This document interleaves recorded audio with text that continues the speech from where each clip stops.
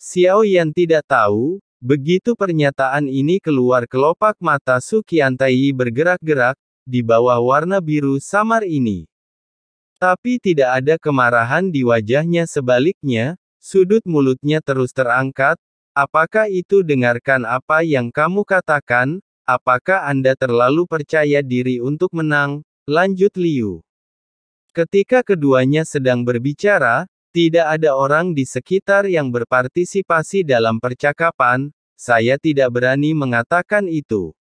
Meskipun saya berasal dari Taiksu, tapi pertarungan dengan Sensi tidak dipimpin oleh saya sekarang.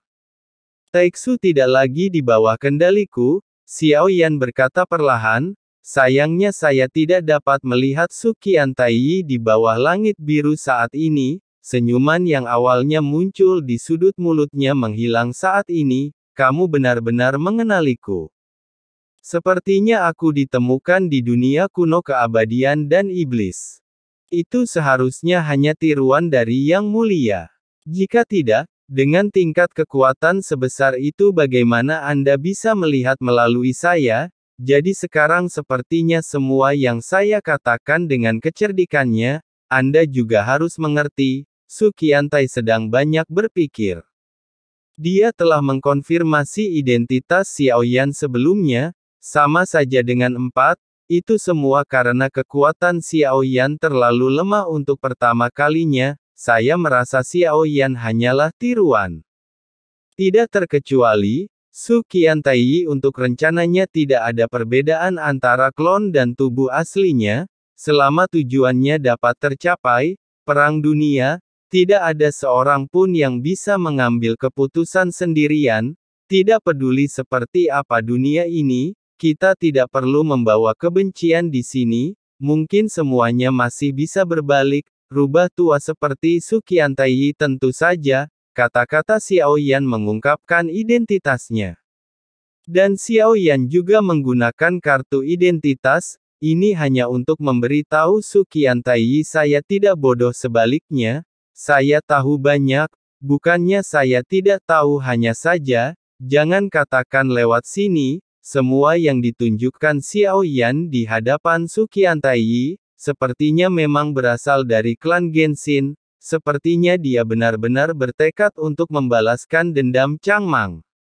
Di mata Su Qiantai, pemandangan ini saya hanya akan merasa, bahwa Xiao Yan seperti raja legendaris, kecerdasan yang luar biasa ini, adalah keberadaan yang bahkan lebih sulit untuk dipahami. Hanya mereka berdua yang bermain sandiwara, satu sama lain mampu berdiri di sini. Wujud asli Xiao Yan lemah, sebaliknya, itu menjadi tameng bahkan jika mereka tahu tentang keberadaan Xiao Yan, rasanya seperti melihat lampu di tengah kabut. Aku hanya tidak bisa melihat melalui Xiao Yan, titik balik. Kuharap begitu, dan tanggapan Su Qiantai tentu saja memiliki maksud tertentu. Kedua belah pihak mengerti, jadi saya tidak terus berdebat. 9. Saya tidak tahu apakah saya akan bertemu wajah Uzumaki lain kali, bisakah kamu mencobanya? Tidak perlu menghapus, hanya ingin melihat apakah saya bisa mendapatkan petunjuk lain. Setelah keduanya tidak lagi bertengkar, suara R keluar perlahan, bagus, saya pasti akan mencobanya jika ada kesempatan. Xiao Yan setuju. Sekarang dia mengetahui identitas R sebagai Jiuyang Tianzun, yang kedua tidak mengetahui identitas Xiao Yan. Siapapun yang mengetahui identitas Xiao Yan, tepatnya, dia mengetahui identitas Sensi. Kecuali satu di sini, itu 4 dan 6, tapi di sini, si Xiao Yan masih belum bisa memastikannya bagaimanapun. 4. Xiao Yan hanya melihat tiruannya, tidak melihat 6. Tidak perlu bicara lebih banyak, keduanya bersaing dengan identitas masing-masing, hanya saja Su Qiantai mengetahui bahwa Xiao Yan berasal dari Sensi. Saya tidak memahami dengan jelas informasi Xiao Yan. Jelas informasi yang didapatnya tidak lengkap. Adapun alasannya, saya khawatir itu semua berkat istri Anda yang berbudi luhur. Dia juga istri Xiao Yan yang berbudi luhur. Yang Mulia Ratu, informasi yang membingungkan menyembunyikan identitas asli Xiaoyan, menyebarkan berita palsu untuk Ratu itu bukanlah hal yang sulit, terlebih lagi, kini Taixu telah menginvasi Shenxi, sekarang perang telah dimulai. Berita tentang keberadaan Yang Mulia bahkan lebih penting lagi bagi Taixu. Itu juga menjadi kartu truf yang membuat Taixu tidak berani bertindak gegabah.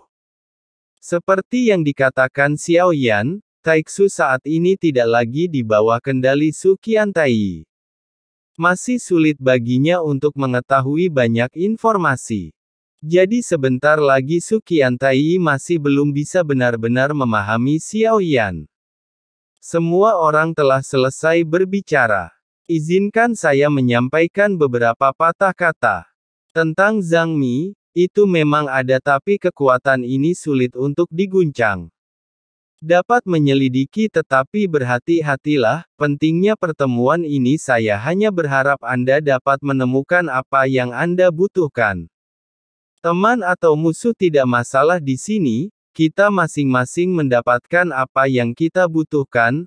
Apakah kamu punya titipan?